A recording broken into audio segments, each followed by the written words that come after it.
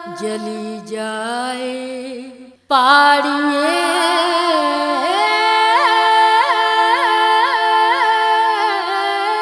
दादेस अमाजी में ओ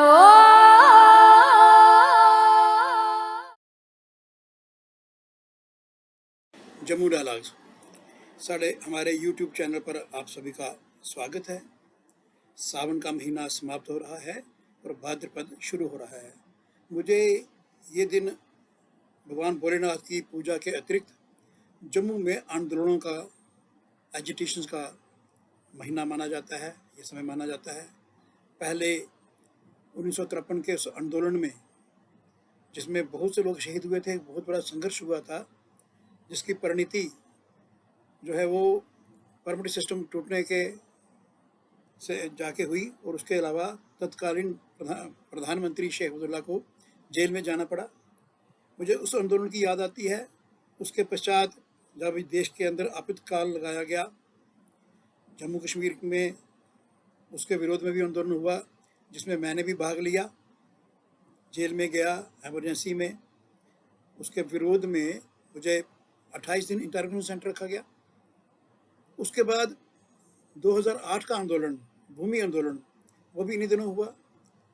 तब पूरे जम्मू शहर में हर तरफ से बम बम बोले की ध्वनि गूंजती थी और इस ध्वनि से जो जम्मू विरोधी, देश विरोधी, हिंदू विरोधी ताकतें थी, उनका मन बैठता था। आज मैं उनको भी स्मरण कर रहा हूँ। उसमें भी 13 लोग शहीद हुए थे। परंतु ज़्यादा बात मैं आज प्रजा परिषद के आंदोलन की करूँगा, जो 1952-53 में हुआ था। कल से मैं टीवी चैनल्स में देख रहा हूँ कि तिरंगे को लेके विवाद खड़ा किया जा रहा है। हमारे आदरणीय प्रधानमंत्री जी ने आह्वान दिया था कि इस बार तिरंगा झंडा हर घर पर पहुँचे। लोग उसको फॉलो कर रहे हैं। प्रधानमंत्री की कही बात को लोग हमेशा मानते हैं, पूरा देश मानता है। इसी बीच पिछले कल हमारे देश के कल्चर मिनिस्ट्री और पार्लियामेंट्री अफेयर्स मिनिस्ट्री ने सभी संसद सदस्यों को आह्वान किया था कि वह एक बाइक रैली निकालें और दिल्ली के अंदर घूमें। ये पार्लियामेंटेरियंस की ओर से पूरे देश में तिरंगे झंडे को लेके एक संदेश जाना था और राष्ट्रवाद को मजबूत करने की दिशा में एक कदम होना था। दुर्भाग्य यह है कि देश का विरोधी पक्ष जो है, विरोधी पार्टियां, उन्होंने इसमें सहयोग नहीं किया। उनको इसमें सहयोग करना चाहिए था, ताकि केवल एक पार्टी का कार्यक्रम ना रहकर पूरे देश का कार्यक्रम होता, पूरी पार्लियामेंट का कार्यक्रम होता। या फिर वो अपने ढंग से कुछ और कार्यक्रम कर लेते, परंतु तिरंगे झंडे के सम्मान के लिए कुछ ना कुछ उनको करना चाहिए था। ऐसा हुआ नहीं है। टीवी डिबेट में मैं सुन रहा था, कुछ पार्टी के नेता कह रहे थे, हम उस तिरंगे झंडे को लहराएंगे जो पंडित जवाहरलाल नेहरू का झंडा था। मुझे याद आ गई बात कि जब ये शाहीन बाग का आंदोलन हुआ था, तो वहाँ एक नारा लग रहा था, कौन सी आज़ादी चाहिए? जिन्ना वाली आज़ादी चाहिए। तिरंगा झंडा तो एक है। पंडित जवाहरलाल से लेके आज घर घर तक जो पहुँचा, वो एक ही तिरंगा झंडा है। अलग से तिरंगा झंडा कोई नहीं है। तो कोई कह रहा था कि तिरंगा झंडा जो है वो मन में लहराना चाहिए, तिरंगा झंडा दिखना चाहिए। अब तो जो है फ्लैग कोड बदल गया है, हर घर में झंडा लगाया जा सकता है। तो ये राष्ट्रवाद की भावना जो है हर जगह फैलनी चाहिए। खास करके मैं कांग्रेस पार्टी के लिए कहता हूँ कि वो तिरंगे झंडे के लिए यही सोचते हैं कि हमने लाया, हमने बनाया। मैं जम्मू कश्मीर के परिप्रेक्ष्य में कहना चाहता हूँ कि जम्मू कश्मीर में तिरंगा झंडा कांग्रेस ने नहीं लाया। आप में से बहुत लोगों को शायद पता नहीं होगा कि देश की आज़ादी के बाद जम्मू कश्मीर में कांग्रेस पार्टी बनाई नहीं गई थी, और नेशनल कॉन्फ्रेंस, जो पहले मुस्लिम कॉन्फ्रेंस हुआ करती थी, उसको ही कांग्रेस ने अपना यूनिट यहाँ मान लिया था। और नेशनल कॉन्फ्रेंस ने यहाँ पर अपनी पार्टी के झंडे में थोड़ा बहुत तब्दील करके यहाँ का प्रदेश का झंडा बना दिया गया था। यहाँ पे लाल रंग का झंडा, जो नेशनल कॉन्फ्रेंस का अपना झंडा होता था, थोड़ी बदल करके उसको इस प्रदेश का, इस प्रांत का झंडा बना दिया गया था, और रिपब्लिक डे पर वही झंडा चढ़ाया जाता था। उस समय यहाँ के साइंस काल के विद्यार्थियों में, जिसमें चमन गुप्ता जी भी थे, रामस्वरूप गुप्ता जी और बहुत से लोग थे, इन सब ने मिलके उस झंडे को काट दिया और तिरंगा झंडा लहराया था। उस वक़्त यहाँ तानाशाही चलती थी, अधिनायकवाद था। उसके बावजूद विद्यार्थियों ने विरोध किया और उसके कुछ विद्यार्थियों के खिलाफ कार्रवाई जब की गई, तो उसके लिए उन्होंने बहुत लंबी शायद 42 दिन की भूख हड़ताल की। जम्मू के अंदर वातावरण बन गया कि इस प्रदेश के अंदर तिरंगा झंडा लहराया जाना चाहिए। तत्कालीन नेशनल कांग्रेस पार्टी का पूरा समर्थन था। वृद्धहस्त उनके ऊपर नेहरू जी ने रखा हुआ था, शेख अब्दुल्ला के ऊपर, और तिरंगा झंडा यहाँ लहराया नहीं जाता था। कुछ पार्टियों ने, प्रजा परिषद ने भी अपना झंडा तिरंगा बना लिया था, परंतु राष्ट्रीय ध्वज की शक्ल में इस राष्ट्रीय ध्वज को पहली बार जम्मू कश्मीर का आकाश देखने का, यहाँ की हवा देखने का अवसर तब मिला जब 14 दिसंबर 1952 में मेला राम नाम के एक नौजवान जो 20 साल के थे, छंप के अंदर झंडा चढ़ाने के लिए जा रहे थे, तो पुलिस की गोली से उनकी शहादत हो गई। गोली के अंदर वो मार दिया गया। कसूर क्या था? तिरंगा झंडा लहरा रहे थे। उसके बाद 28 तारीख को सुंदरबनी में फिर से झंडा लहराने की प्रयास किया गया। फिर नौजवान आगे निकले, फिर वहाँ पे 3 लोग शहीद कर दिए गए। आज भी उनका स्मारक बना हुआ है। उसके कुछ दिन बाद वैसा ही कार्यक्रम जोड़िया के अंदर हुआ। वहाँ 5 लोगों की हत्या हुई, गोलियां चला दी गई। केवल गोलियां नहीं चलाई, अंधाधुंध फायरिंग की, बहुत से लोग जख्मी हुए।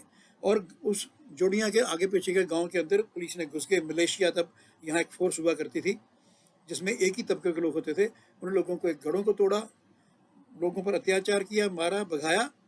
तो उसके बाद वहाँ जो 5 लोग शहीद हुए उनका भी आज स्मारक बना हुआ है। ये बात यहाँ नहीं रुकी।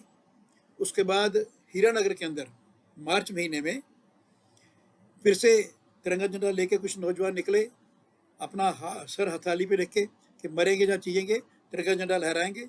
वहाँ पर भी अंधाधुंध फायरिंग हुई। बेगम सिंह और बिहारी लाल, ये 2 नौजवान 20-20 साल, 21 साल की उम्र के शहीद हुए। बिहारी लाल की शादी हुए 4 ही महीने हुए थे। उसकी विधवा ने आज तक वो वैसे ही रही है। उसका अपने पति का जब उसके सम्मान में, उसकी स्मृति में वो उसकी समाधि पर जाके हमेशा सफाई करती है, झाड़ू देती है, और वैसे ही रह रही है। उसके अतिरिक्त वहाँ जब फायरिंग हुई तो वहाँ पे एक सांगड़ा साहब थे, ज्ञानचंद सांगड़ा, उनकी आंखें चली गई और बहुत से लोग शहीद हुए। और अंत में तिरंगे झंडे को लहराते हुए जो 3 लोग शहीद हुए वो रामबन में हुए थे, वहाँ भी समाधि बनी हुई है।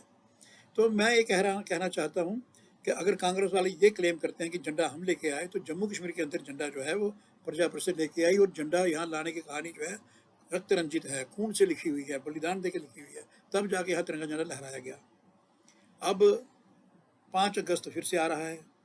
5 अगस्त को 2019 में आर्टिकल 370 को हटा दिया गया और जम्मू कश्मीर का पूर्ण विलय जो है वो भारत के साथ हो गया, जिसके लिए डॉक्टर श्यामा प्रसाद मुखर्जी और जिनका मैंने अभी जिक्र किया वो 16 लोग शहीद हुए थे, तो उनकी आत्मा को शांति मिली होगी, 370 हट गई। उसके बाद यहाँ पे केंद्र के सभी कानून आए हैं। अब वो परमानेंट सिस्टम तो पहले से हट गया था, पार्लियामेंट के बनाए हुए कानून यहाँ लागू हो सकते हैं, और इसके कारण जम्मू कश्मीर के अंदर वातावरण बदल गया है। आज यहाँ विकास का दौर बन गया। आप देखिए सड़कें कितनी अच्छी बन रही हैं, यहाँ एम्स बन रहा है, यहाँ पे IIM, IIT, बहुत से नए नए प्रोजेक्ट रोड्स के और विज्ञान की दृष्टि से बड़े नए नए प्रोजेक्ट लाए जा रहे हैं, उद्योग की दृष्टि से, और यहाँ पे इंडस्ट्री लाई जा रही है कश्मीर के अंदर भी, जम्मू के अंदर भी। तो यहाँ एक विकास का युग बन गया है, और मुझे लगता है कि आने वाले समय में नौजवानों को काम ढूंढने के लिए गुड़गांव या कहीं बेंगलोर कहीं नहीं जाना पड़ेगा, यहाँ पे सब सुविधाएं यहाँ मिल जाएंगी। तो ये तिरंगे झंडे को लेके जो संघर्ष हुआ था, ये उसी की परिणति है कि आज यहाँ अलगाववादी शक्तियाँ जो हैं उनका लोगों ने साथ छोड़ दिया है। वो पिछले DDC के चुनाव में, पंचायतों के चुनाव में बुरी तरह हार गई हैं, तो लोगों ने प्रगति का रास्ता पकड़ा है तिरंगे झंडे को हाथ में लेके। अब जैसा कि आह्वान है प्रधानमंत्री जी का, हर घर में झंडा, और 13 से लेके 15 अगस्त तक सब लोग अपने अपने घर में तिरंगा झंडा लहरा के और गर्व महसूस करेंगे कि हम राष्ट्र की मुख्य धारा में आ चुके हैं। अब हमको भारत से दूर करने का सपना भी कोई नहीं सोच सकता। हो सकता है देश विरोधी ताकतों को और हमारे पड़ोसी देशों को ये बात अच्छी ना लगे, परंतु उनको अच्छी ना लगे यही अच्छी बात है कि हम सब राष्ट्रवादी लोग हैं, देशभक्त लोग हैं, और देश के लिए सब कुछ करने को तैयार हैं। मुझे इतना ही निवेदन करना था। हम समय समय पर आपके पास विभिन्न विषयों पर, सामयिक विषयों पर बात करने के लिए आते रहते हैं, आते रहेंगे। आप हमारे चैनल को सब्सक्राइब कीजिए, इसका हिस्सा बनिए और हमारा सहयोग कीजिए, हमारे प्लेटफॉर्म का हिस्सा बनिए। आप सभी ने मेरी बात सुनी, बहुत बहुत धन्यवाद।